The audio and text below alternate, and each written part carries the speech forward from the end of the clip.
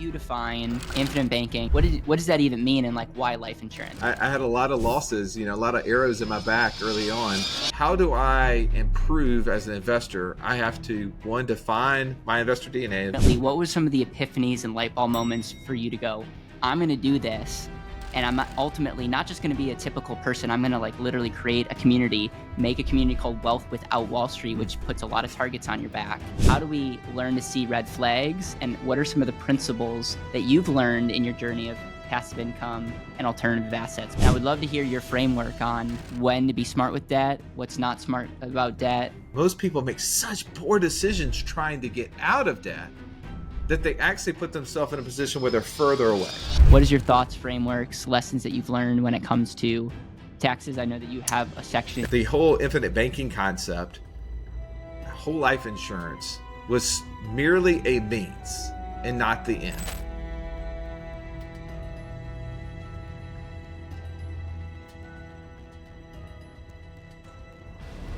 Russ, welcome to the show. Caleb, always a pleasure to be with you, bro. It is always a pleasure. You've been on the show a couple times, and I share this every time, but I'm going to continue to share it. You are one of the main reasons I'm doing what I'm doing. You took a cold LinkedIn message, let a 20-year-old come to your house, stay with your family, shadow you as you were transitioning a little bit in your life, and you were in the process of starting Wealth Without Wallstreet with Joey. And it's been fun to see you do your thing, but then see you grow this community, grow your business. You now have a book, which I'm hoping our audience and community can support. And you invited me to one of your events that you had in Nashville. And it was just so cool to see your guys' message continue to thrive and grow. And just, I have so much love for both you and Joey and the team and the community that you've built. And so we're going to have a lot of fun. We're going to talk about infinite banking, debt, investor DNA, alternative investments. Please don't sue us, please. We know nothing. We're just here talking, running our mouths, and we're hoping to sell some books and get some clicks. But not investment advice. But Russ, welcome, and grateful for you. Well, thank you. Appreciate you. Thank you so much. Very kind words that you would say that. I feel like the same way I've been watching all the things that you're doing, and there's very few people that I do follow in the financial space because I feel like there's just so much, I think, retreaded trash out there, if you will. And you guys do it so well. And it's so fun to see, like our paths of what we've both been doing. And I think we complement each other a lot on what we do. So always a pleasure to be here, man. So I've interviewed you before, and we've gone through the story. I think it would be beneficial to maybe take like a 2-minute version of like what got you to where you are. Because when we met, you were in the financial space and you were transitioning maybe from a little bit more of a typical feel to doing your own thing. And so would love to hear like how you got into that, but then ultimately what were some of the epiphanies and light bulb moments for you to go, I'm going to do this. And I'm ultimately not just going to be a typical person. I'm going to like literally create a community, make a community called Wealth Without Wallstreet, which puts a lot of targets on your back. And you got a Southern guys that are just throwing events and masterminds and doing some big things. That doesn't happen overnight. So would love to hear like the quick backstory of how that happened. No, I used to be in the financial space. I was a certified financial planner. That means I knew very little about finance, but my credentials made it out like I did. And when the market crashed in 2008, I realized how little I knew. And even more scary than the fact that the market was crashing and everybody around you was losing 40, 50, 60% of what they had invested up to that point is that when I would go to my mentors, the people that I looked up to and the people that they looked up to, and I would ask the question, what caused this problem? And more importantly, what's going to keep it from happening again?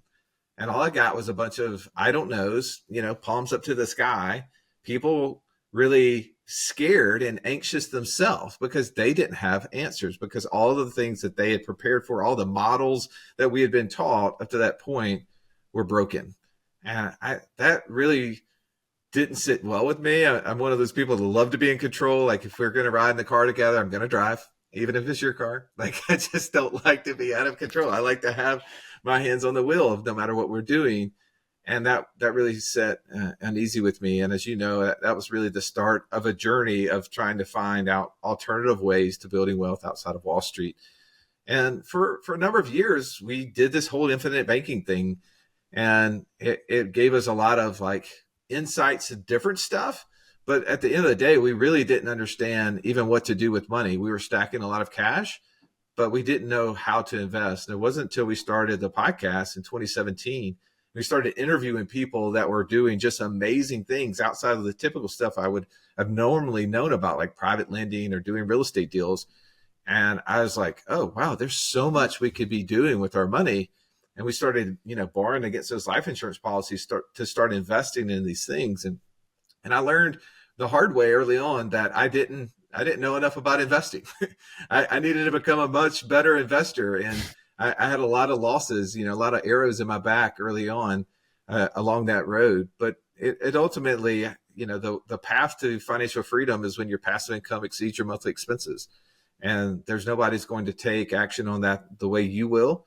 And for Joey and I, it's just been, one day after another, constantly learning and looking for ways that we could grow it. And we've decided, 4 years ago to start putting it out on the web, what we were doing. Every single month, we show our passive income report, and that's created a lot of accountability, and it's created a lot of focus, because what you report on, grows exponentially.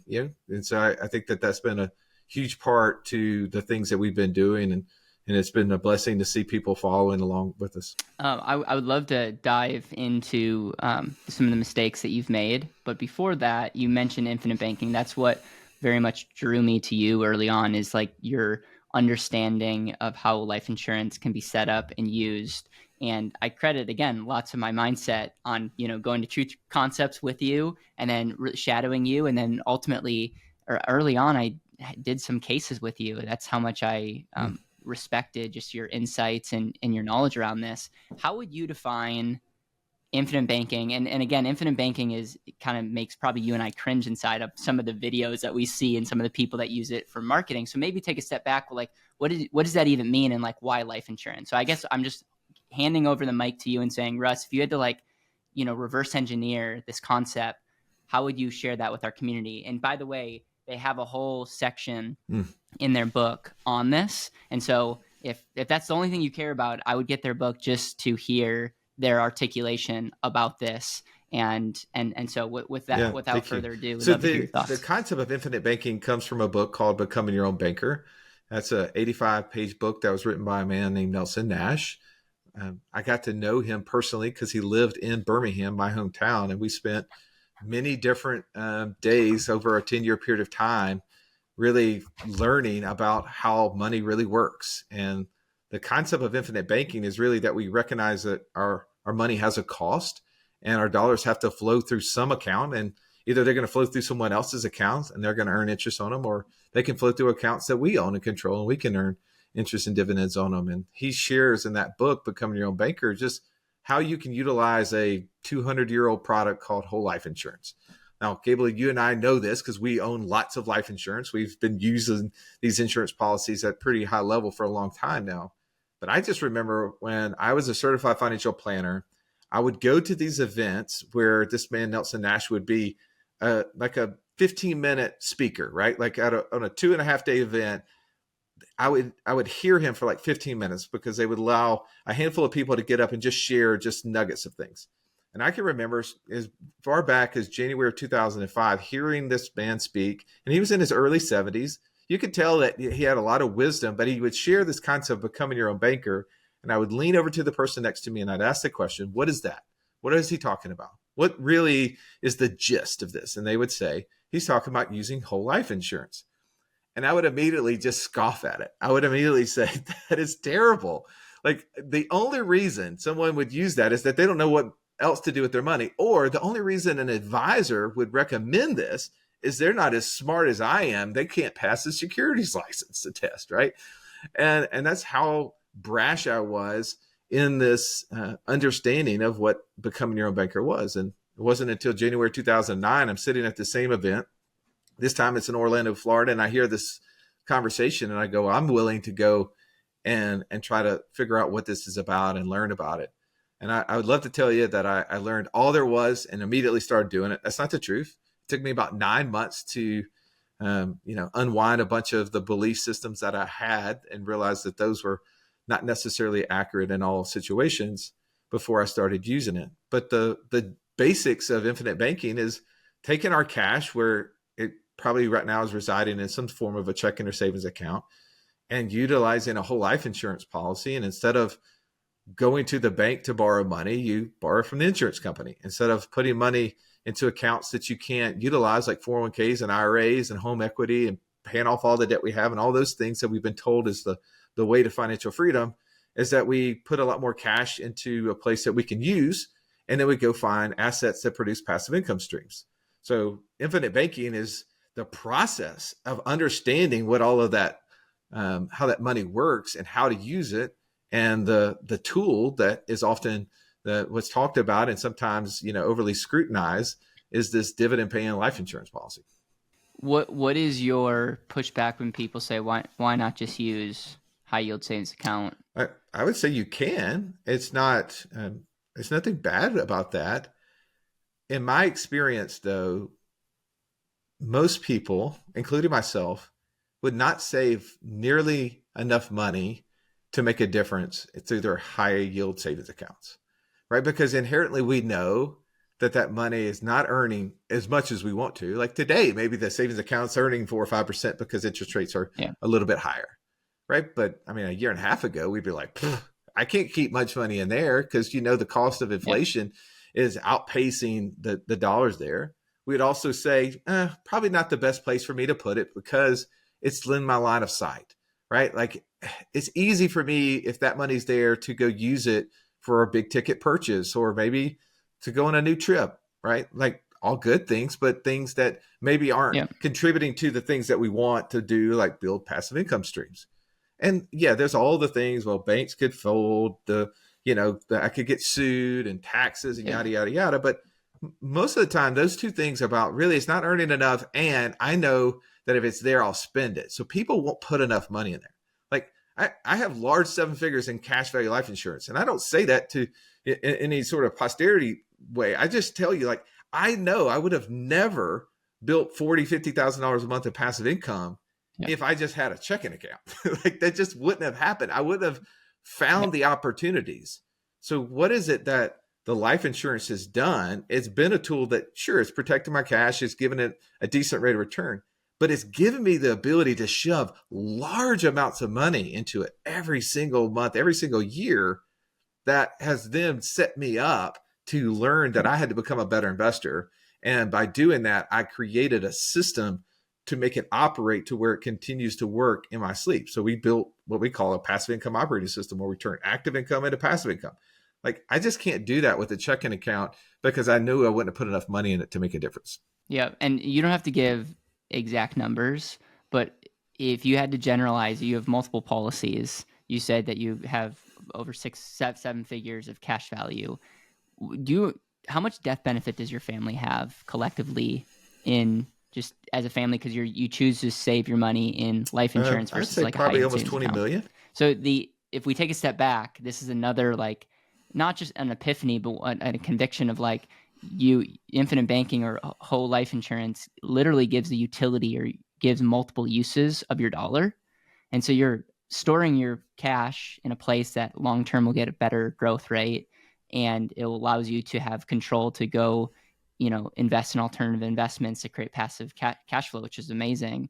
There's other internal benefits, but you're ultimately like you're putting $1 in, and it's like creating a multiple of what's going to ultimately be for your legacy, whether now or in the future. And it's again, one of those things where it's not like that alone is not going to like be the it factor, but from a foundation, I can't think of a better foundational asset. And that's, for me, when I first met you, I was obsessed about like the growth and control. And that's like, that's still relevant. It's awesome. But it's like, now I'm like, okay, when people come to me and they want to like go into the numbers about rate of return and all that stuff, great. But it's like, we automatically discount a lot of other benefits if we get super analytical, because we're not what's the value of some of these other benefits that you can't put in an internal It's the rate of seen return versus calculator? the unseen, right? Like some Austrian economists would talk about that. It's like the consequences of an action. We might have this immediate, but we don't get to see the opposite or the behind the scenes. And like, I think too oftentimes we Yeah. scrutinize life insurance, for instance, as the tool. And really the conversation ends up becoming, how do I get a better rate of return on where I put the money first? Well, I can tell you there's lots of people smarter than me that have figured this out, right? You don't have to look further than the banking institutions that carry tens of billions of dollars in cash value life insurance. Well, if they've got people, Mensa level IQ that are, advising them to go and put that amount of money in life insurance, should I be the one out there trying to outsmart them? I don't think the answer is true. But I think so, the real part to this and where things click for me, Caleb, is when I learned that the whole infinite banking concept, whole life insurance, was merely a means and not the end. So you mentioned, like, sometimes we cringe when we hear people out there talking about infinite banking. And I do think that there's people that unfortunately use it incorrectly. And I think that's just lack of education, right? But I also think that there's a lot of people out there that thinks it's the end. They think like, all I have to do is just get so much money in life insurance, cash values, and all my ills will be healed. And I don't think that that's true for most people. No, some, but not for most people. I think we really have to understand how to learn how to become better investors, learn how to actually truly take control over the function, because otherwise we're still abdicating that function to somebody else. And there's no guarantee that will it be any better off if we end up losing all the money from where we do it. So I think that for us, when we learned that it forced us to learn how to become better investors, learn where to put our money, and learn how to create a system to make it happen on autopilot. That's where the game changed for us. Yep. If you see it as a foundation, it's like, it's great, and foundation is necessary to build, a house, but you still got to build on top of that. And I think some people, get obsessed about like the foundation's the solution. And the only way that really works in the end is if your greatest asset, are continuing to make more money. That tends to work out really, really well. And you can kind of like, it can kind of get a little bit hard to measure because you're making so much more money, and so it looks good. But at the end of the day, real growth will come by how you use your money and the assets. Anything else that you want to say before we go on to next topics about some of the mistakes or things that you cringe when people talk about life insurance in general? I mean, a lot of people talking about index universal life insurance in general. I know you're probably not on TikTok or the internet as much as I am, but is there anything else that you want to say before we go on to the next section? We could sit here for all day, right? Like, it's easy to. I'm going to sometime get you and Joey, and I'm going to show you some videos that are circling around. And I think it's going to be like, we might have to sell pay-per-view to just get your guys' reaction, because you guys will laugh. There's a lot of statements out there that I cringe at, like, how I'm going to buy a liability and somehow be wealthy because I use this tool of life insurance. Like can we talk about that? Because there's a lot of people out there that are talking about infinite banking, buying cars and vacations, and it's like, help me understand, Russ, how that works. Because I don't know. Still am trying to figure it out. Let's put a caveat here. I opened up the door, but I'm going to give a little bit of grace to some people in this situation. Not every situation that people utilize their life insurance policies, including me, will ultimately be the best performing. Like, meaning, like, if we sat down and like we got an Excel spreadsheet and we took the cash and we compared it in a checking account and we ran out the math, right? There's times, I mean, there may be more times than not, I don't know, that the cash works out better. But what I said before is that ultimately the unseen of what do I end up doing with it? Like, if my cash value and my cash are maybe not, that's not the fair comparison. Is what else do I have? So, for me, like, if you and I were just looking at what I could have done with my cash, would my cash values be, better off if I would have just used cash to do it? Maybe, maybe the cash would have been higher. But then would I have had, $50-something thousand a month in passive income? would I have all of these businesses and other things that I've got involved in and have partnerships and relationships and all of it? No, none of that would have happened. And what is the value of that? I mean, there's tens of millions of dollars of value in all of those items. Well, that can't reach this. And then, the death benefit we just talked about, $15-20 million, whatever it is, like I wouldn't have that, right? There's all these things.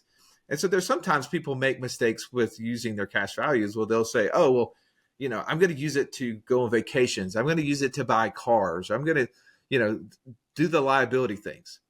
Now, here's where that could work out in their favor. If they save more money into their life insurance cash, in their premiums that they put in every single month or every single year, because they otherwise wouldn't have done it. They would have done it another way. Like they can win because they put way more money into it. But what I cringe at, and I'm sure you do as well, is when we hear that the reason why people should be using infinite banking is because that will make them rich. That will somehow make them more successful. Yes. No, that's not true. You really have to use the cash to buy assets that outperform and exceed the expense associated with borrowing the money. If you can't do that, I mean, it's just simple math, right? The arbitrage has to be greater in the favor of what you're doing with it than what it costs you to borrow against it. And I think that's just an element of a lot of just financial education out there in general, or a lot of salespeople who really aren't financially successful. And so they're making decisions and they're sharing information and insights based upon their own understanding of how things work. And if you really dug deep into their own personal financial situation, you realize, I don't think I really want to emulate that situation. Like we should be trying to find people who are at a level where we want to get to, and more finding out the things they're doing, seeing if it applies to us, and then maybe following, as compared to just listening blanket statements and going, oh, let's try that. Russ, I'm going to pull up something and you tell me if this looks familiar, because I learned this from you. So hopefully you like it. I remember being in Birmingham with you at your office, and you because I was very much confused on the whole concept of like, should I pay myself back and all that stuff. And you said this, and you drew this out, and it made a ton of sense. You pretty much were like, what is the goal? What is the goal for this whole thing? It's to save more money. And so I believe you did something like, okay, you have money, and money can either be gone or it could be saved. And you tell me if I'm messing this up, because it's been so long. But it's like, okay, so the goal is to save more money into our IBC policy. So there's a world where scenario number one is you save money in your IBC and you borrow against it to buy, it could either be an asset or a liability. And then through that activity, you pay that back. But at the end of the day, you have money here that's compounding and protected and that whole 9 yards. But there's a world where, God forbid, like you potentially get maybe better terms through a bank or through somebody else. There's a world where if I could get better terms in my insurance policy, maybe here or maybe like over here, at the end of the day, the metric that I should look at is the volume and the amount of money that I can save per year. So if scenario one allows me to save more than scenario two, that's something that we need to look at. And so again, I don't know if I explained this super well, but like for me, it was just like, okay, the goal, not to get super caught up in like, should I borrow against my policy for this and all that? It's like the ultimate goal is what Nelson Nash talked about with volume versus rate. We're not talking about how fast they, shot that liquid into your arm. It's the how much liquid is in that. And it's like, for us, we need to be obsessed with long-term, how much are we able to set aside and save? And that's where you could make the argument that if your lifestyle is like, if you're saving 20 or 30% more in scenario A, you may not optimize the whole thing. Like there may be a quote unquote a better way, but over 10, 30, 40, 50 years looking at human behavior, you're better off the scenario that allowed you to save more, which means if you're a critical thinker, that means a 30-year mortgage may not be a bad thing. That means that we should be open-minded to other opportunities when we understand that we should quote unquote save more money. I don't know if, again, not as clean as what you said, but like I still remember this word picture 5 years ago because of just like I was caught up because I was too legalistic about the rules. And you helped me understand. You helped me take a Yeah, step no, back and was the like, oh, that rate, makes that's a lot kind of more what I was saying a sense. second ago, is that maybe someone's saving more money in that top box and they're utilizing it to go buy, a vacation or using it for something. And that in of itself is not going to necessarily make them wealthy, right? You can't buy liabilities Yep. and make expenses in order to make money. But if that person, being legalistic to themselves, says, well, if I borrow money from against my life insurance policy, then I'm going to force myself to replenish it. And otherwise, that money would have been used for other Yep. lifestyle expenses that, the extra latte or two a day that they wouldn't have ever thought about if they had or they didn't have it. Well, they'll end up with more money, right? Like the person who ends up with more money in that Yep. game wins. So there are ways, Yep. if you're saving more money, Exactly. you're using the system, you can do it. But to your point, there's ways to get it more efficient if we could focus a little bit more on that area. All right, so now let's talk about alternative assets. And I don't know how open you want to be, Russ, but one thing I appreciate about your community is you guys are an open book. And I know that you've had some successes. And I know that you've also seen and personally experienced some failures. My hope is that we can learn from you, because a smart person learns from their own mistakes.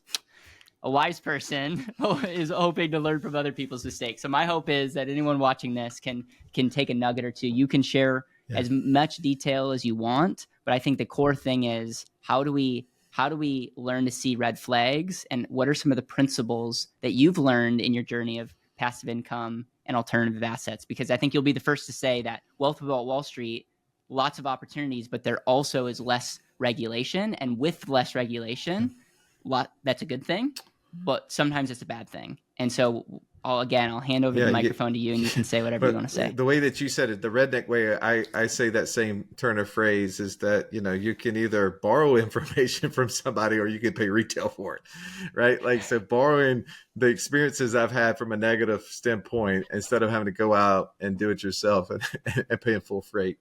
So the biggest lesson I've learned around investing has really come understanding who we are as an investor. And we go to that a lot in our community because we think it's such a foundational point that you should know who you are as an investor. Every single one of us have what's a unique investor DNA. And that investor DNA comes from our personality, the way that we see the world. It also is consumed in the resources and the networks and the experiences we've had up to this date. And the way that we see each individual investment then is going to be through that lens. And there's things that we're going to immediately resonate with, right? Like those of us who are very results oriented are going to see investments and we're going to look through them to see what are the results and how quickly do I get them. Some of them are going to say, hey, I'm way more hands-on. I like to be a participant in the process. How involved can I be in this? Is this something that I can get my hands dirty in? Can I in some way influence the outcome? For some of us, like all we want is tried and true. Like this thing has to have had worked for a long, long time. And I need to be able to connect those dots. You need to be able to show me all the math. And then I need to be able to do my research to double and triple check it before I'm willing to do it.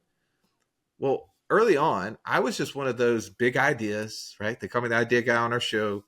Big ideas. Just love, like you tell me about a strategy, I get excited about it, and I'd put money in it.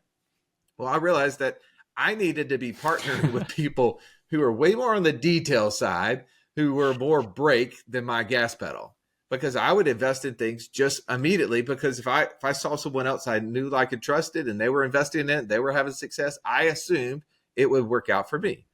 Not the case, right? And it's not because the investment was bad. It was because I was a bad investor. It wasn't suited to me. Just easy example here. The first deal I ever did, Caleb, a mutual friend of ours had converted an apartment complex into condos. And it was down in my college town that I, went to school at down in Auburn, Alabama. And he's like, hey, I got an apartment. I just transferred it to a condo. We've sold every one of these. Actually, the one I sold here came back to me because the guy was filing bankruptcy. And so I've made all this money. I got this condo. I will sell it to you at cost. Just so you know, it's selling at $85,000. There's one right now in the complex that's on the market for $120,000. And yours already has a renter in it. So it's like cash flowing. And I was like, oh, okay, this is cool. I'll do it. And I knew that he had a bunch of rental properties. He was being very successful in this. I thought that's perfect for me. So I went and got this rental property, and I'm telling you, all $87 a month that this thing was kicking off in cash flow. And I know you're like, Russ, what were you going to do with all that money? Right? Well, here's what I was doing with it for the next 5 years. It seemed like was paying the ServPro bill from the unit upstairs who flooded it 2 different times. Well, I thought, oh, I've got all these nieces and nephews. My family, we have lots of kids in our families, and they're all getting ready to go to college. They're going to go down to Auburn. I can let them stay in my unit. This will be fun. This will be kind of like both an opportunity for me to bless the family, but also to be able to earn some return. Well, none of those kids, still to this day, none of my nieces and nephews out of we've got 20 something nieces and nephews. None of them went to Auburn. Actually, now I just remember we do have one niece down at Auburn, but that's long after the fact. And so I never got to use it. So the influence, the thing that I like being a part of, I didn't get to influence it. The fact that it was kicking off $80-something a month, that wasn't exciting. And so it really hampered how much investing I did from that point forward. I literally didn't invest in another quote unquote passive income stream for almost 7-8 years after that. And I didn't realize it was because I was not connected. My investor DNA was not really aligned with long-term rentals, right? It's a great way to build wealth over a long time, but for somebody who likes fast and exciting, there's nothing about that that's fast and exciting. It's boring, it's long, and so that wasn't my investor DNA. So when I learned, for me, investor DNA was like, oh, I want to be involved in a business. I want to be involved in something exciting. So one of the things that we started doing in 2020 is we started a short-term rental business. And for some people, it's been super successful. For other people, they've had terrible success in it. For us, we started it, but Joey and I, my business partner, we knew that we were not the ones who were going to be great operators. We were that smart. And so we hired somebody to be an operator. And we scaled that business from 0 units to 26 units in a period of about 18 months. At its peak, we were bringing in about $20,000, $25,000 net a month after paying for everything. It was great because I got to influence. I got to go on my Facebook and say, hey, if you guys need a place in Birmingham, you got to stay at Wake Up in Birmingham. I would be able to spend time with the operator, and we talk marketing strategies, management strategies, right? But I didn't have to facilitate any of it. I just got to do the part that I liked. That was great. The next thing I learned is this thing called land flipping. Now, here's where the negative was. I got in this land flipping thinking, Caleb, man, I'm watching all these people have success. This seems like a great idea. Who's our operator? We had an assistant at the time that wanted to flip houses. I'm like, flip houses, flip land. It's basically the same thing, right? Why don't you do this? So we installed her. We went through all the training. We paid for all the training. We were becoming good friends with the community, and she had 0 success. For 9 months, I think we bought 1 property and sold none. And I'm like, why is this so bad? Why every one of these other people I'm talking to is having so much success? Why is this not working for us? Well, it was not in her DNA. She was not built to be great at that area. So what did I do? I tap into my investor DNA and I say, okay, but who is a good operator? I like owning businesses. So I went to the group who was doing this at a high level. They already had all the systems. They already had all the people. And I was like, hey, what if we partner together? You've got the people, I got the money, and we make a beautiful partnership here. And we did. And that joint venture has created about $30,000 a month and continues to reoccur because I'm involved in the business aspect of it. I can come up with the capital for it and allow them to do it. Now, I'll tell you, one of the things that I've learned over this time frame, Caleb, and I'll shut up here in a second and let you ask some questions, is that it always comes down to the operator. Operator is the most crucial part to this, is that when I've invested in things that haven't worked out, 9 times out of 10, I can point to the operator as the reason why it didn't work out. Now, I have invested in a couple of things that were complete frauds. They were shams. They were. It didn't matter about the operator. Operator was whatever. The they're operating, getting our cash. But ultimately, when a deal goes bad, more times than not, I've learned that it came down to the operator. So how do I improve as an investor? I have to, one, define my investor DNA, invest from that. I have to have this investor buy box, which is thrown out a lot in the real estate space. But when you're investing in lots of things outside of real estate, you have to really define what that is for you.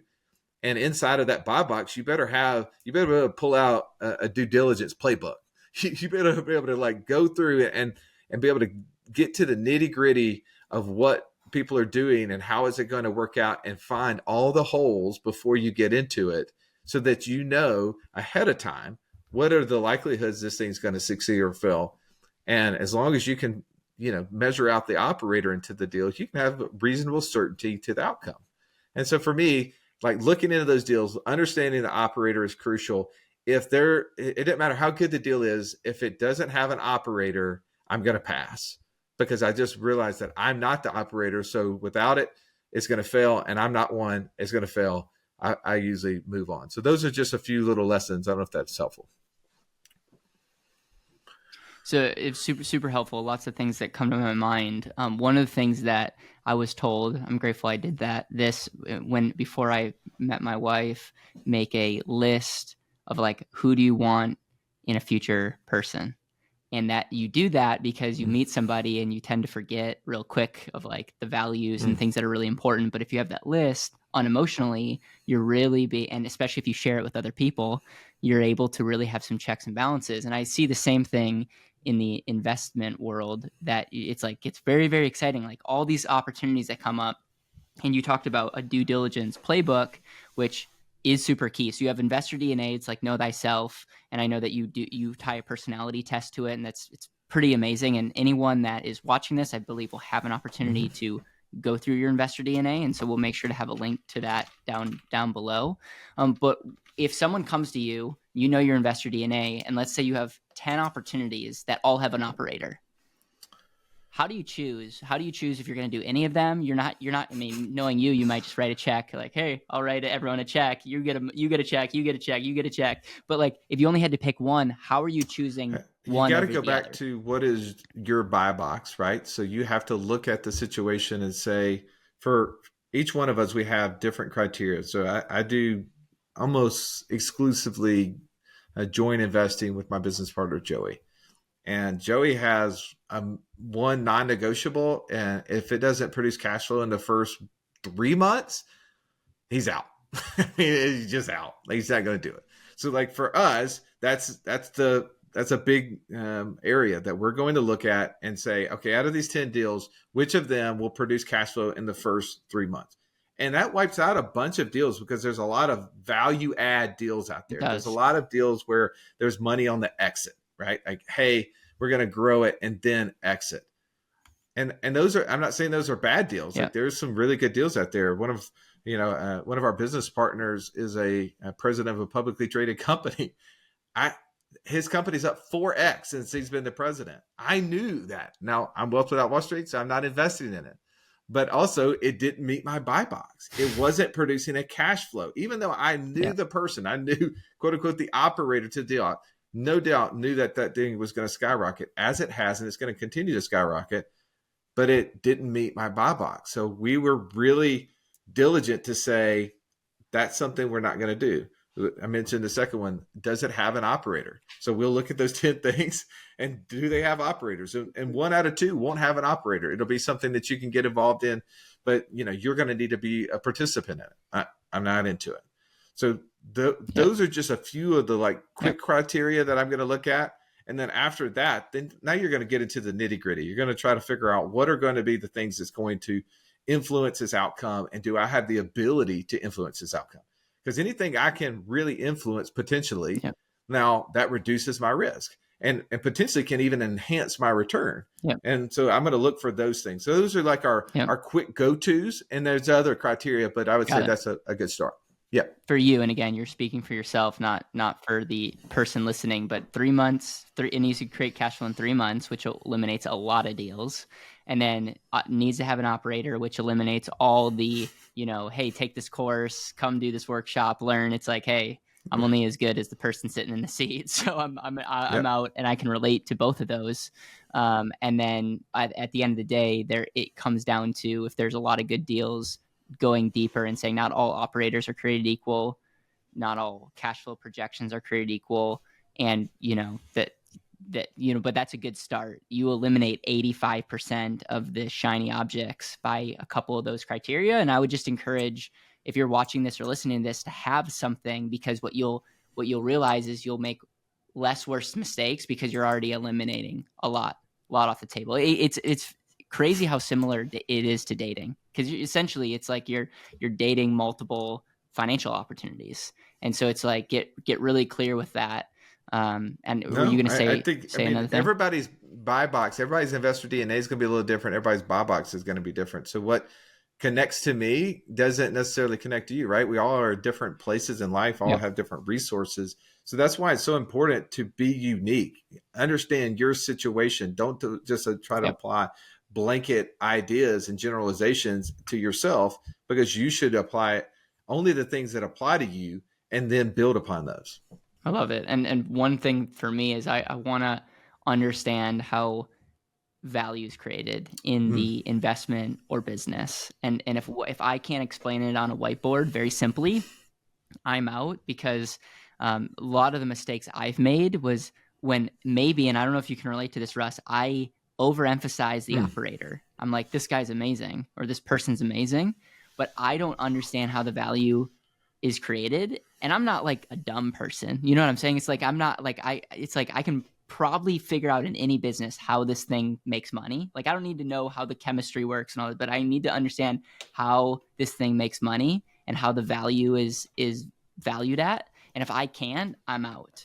And some of the biggest mistakes I've made was when I just overlook that, because I'm like, oh, this person, this thing, you know, I almost get wooed into the other people or the people part of it, but I myself am not able to articulate how the business can thrive and what are the opportunities that will take it to the next level. And so those are some things that I think our listeners, people watching this, hopefully it makes you better by just thinking, what are your buy box and what are your criteria? Let's talk about debt. I know that this is probably not something you talk a ton about, but you do have a section in your book on debt. You say, be smart, be smart. And would just love to hear your thoughts on that. There's obviously some well-known people in the South that have strong opinions about debt. And I just find that people are very emotional about it. And I would love to hear your framework on when to be smart with debt, what's not smart about debt, and Russ Morgan's or Wealth Without Wall Street's outlook when it comes to using debt. Think one of the big issues with debt is so emotional, right? It's so emotional for so many people. And obviously Dave Ramsey has been very successful in life, and he has become a well-known person in the financial space because of him talking about debt and having people that come and do their debt-free cry or whatever it is. And it's an emotional aspect, and he knows that. I mean, he's a master marketer, and he realizes that people get really emotional in it, and that's something that's helped him grow his audience to massive sizes. Like it's just to see it, like, you know, from a marketing standpoint, we're peons, like we're little guys, and here he is, massive. But I also think that too oftentimes people are making these emotional decisions about financial matters, and most of the time in life, we've not really made really smart financial decisions emotionally. And I think there's a couple of things that we talk about, that debt freedom doesn't equal financial freedom. Financial freedom is when your passive income is greater than your monthly expenses. I mean, that's a fact. That's a framework that you can apply right now, wherever you are. If you just say, how much passive income do I have coming in a month? How much expenses do I have going out a month? Take the number on the left, the first number, and divide it a number on the right. And you know, as a percentage, how close you are to financial freedom, right? Like, so if I have $1,000 a month of passive income from rental properties that I own, and I got $10,000 a month of monthly expenses, I'm 10% of the way there. Now that's something you can track, and you can start measuring to see how are you getting closer. Well, the beauty of that too is that every decision you make from that, then you can apply to say, am I getting closer to or further from? Well, debt is one of those things that the process of getting out of debt is where I get maybe the most heated. That's where I get, you know, maybe the most riled up and talking about, is that most people make such poor decisions trying to get out of debt that they actually put themselves in a position where they're further away, right? Like if I take money and I start trying to plow it down to pay off my mortgage, for instance, the largest debt that most people will have, all those extra payments are not helping me become a better investor. Like I'm not getting any smarter as it relates to investments, nor is it creating a passive income stream. So those are two real big issues for me. I'm in essence increasing my expenses because my excess cash flow is going toward a liability. Even though my balance is getting lower, my payment is not getting lower. If anything, it's going higher because I'm allocating more to it.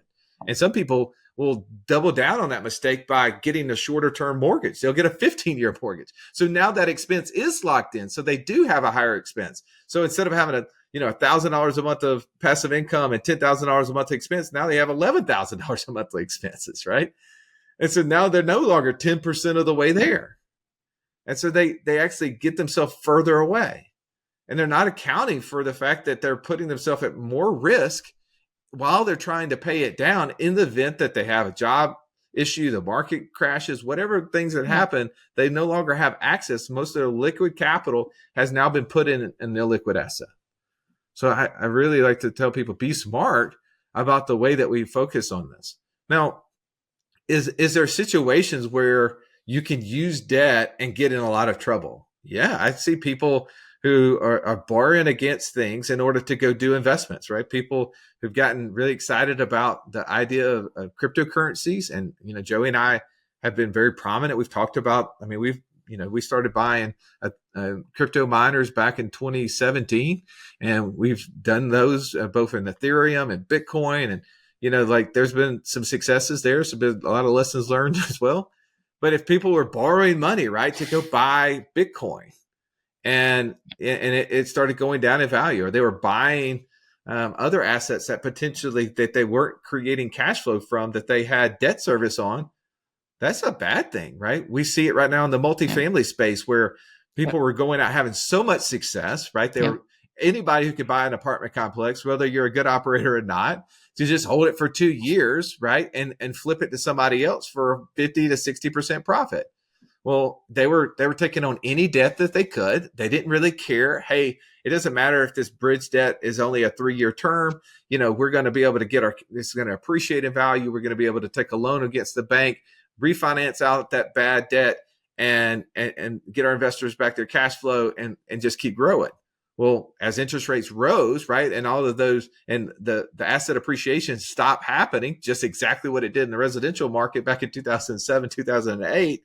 Well, now all of those, short-term debt loans on that bridge loan debt on those multifamily projects are coming due, and you're seeing projects that are underwater. They're having to actually have capital calls, right? You're seeing deals that are going back to the banks because they borrowed debt at a wrong place. So we have to be smart with how we're doing it. But Robert Kiyosaki is famous for saying, "I'm a billionaire in debt," right? And all he's saying is that he has found ways to borrow $1 billion and turn it into more than $1 billion, right? Several $1 billion. And I think that, whenever we look at the framework of financial freedom, is what I'm doing getting me closer to or further from? And for some people that they're financially savvy, they can use debt very wisely. If not, you should start educating yourself so that you can use it wisely. Until you get to that point, maybe using debt is not the best thing. Yeah.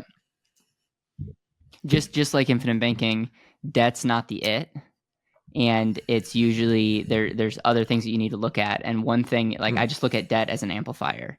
And the example I use, if you're playing guitar and you're really good and no one can hear you, maybe an amp allows people to hear you, which is great. If I'm playing guitar, an amplifier, we do not want people hearing what's coming out, because it's not going to be good. And so it's very much of, it amplifies what you do. And I think to Dave Ramsey's credit, he does talk about, a lot of times we don't articulate risk, and that's where investor DNA is important. That's where your buy box is important. That's where having criteria is important, because you can look, any pitch is going to look great. So if you're like, okay, I'm a genius, I'm going to take debt at 6% over here and make 12%, and on paper that's amazing, but it's what is the terms to the debt, and then what's the likelihood, what are the chances that this 12% underperforms, what are the chances that this whole thing vanishes?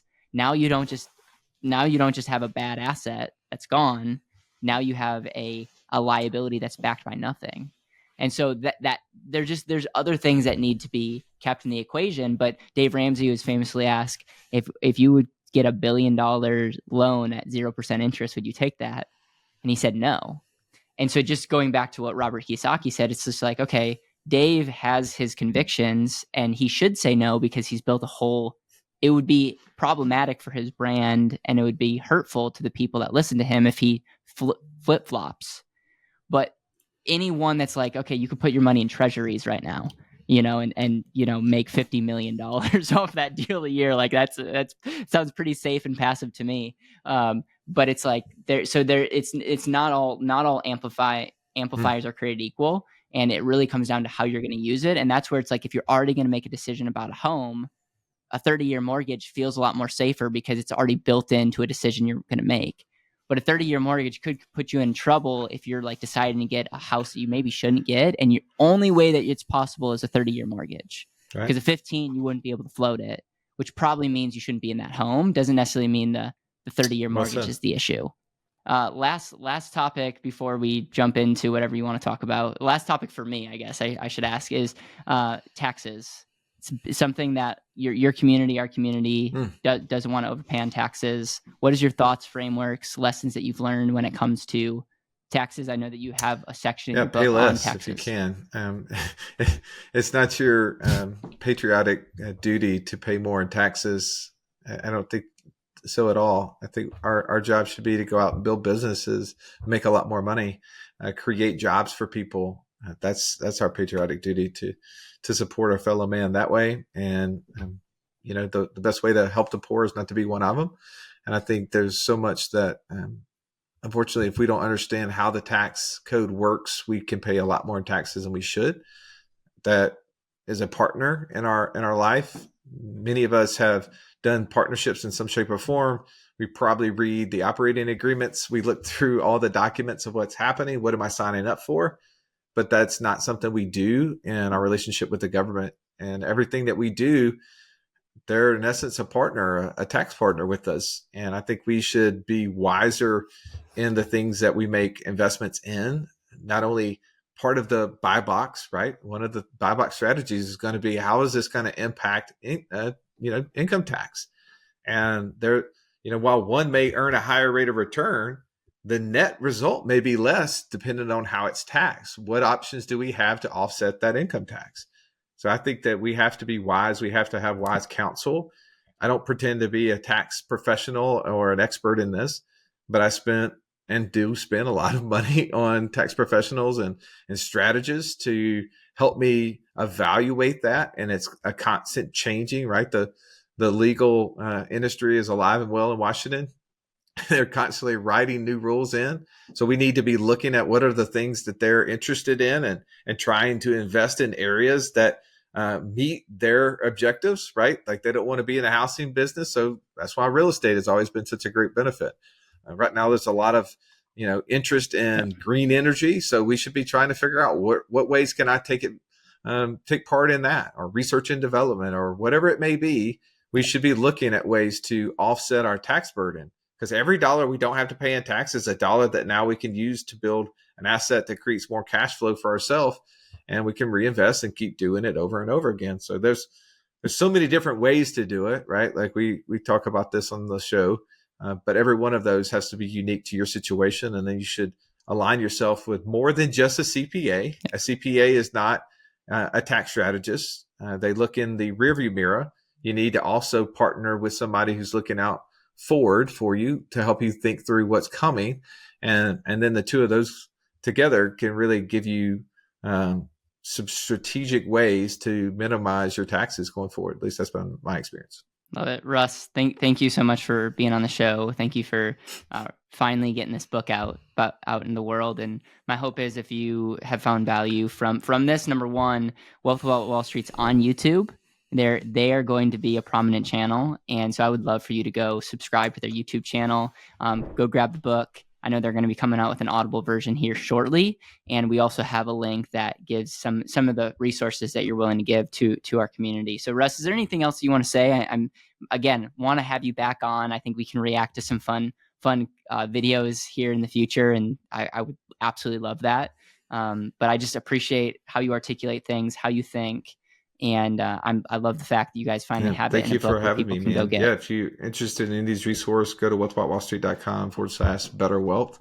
And the book is there. The Investor DNA link is there. That's two of the things we talked about a lot today. Definitely grateful for everyone who reads it. Um, at worst, it'll be a good sleep aid for you, right? If you have trouble, having deep restorative sleep, I always tell you, a couple pages right before you go to bed and do the trick. Just wait till the audio comes out. That's even going to be better. They can plug it in and they're out, and then their subconscious is going to learn this stuff, and they're going to be like, how do I become so smart when it comes to, my ability to get passive cash flow? It's because Joey and Russ put them to sleep. There's always wins in everything. Thank you, Caleb. Thank you, Russ.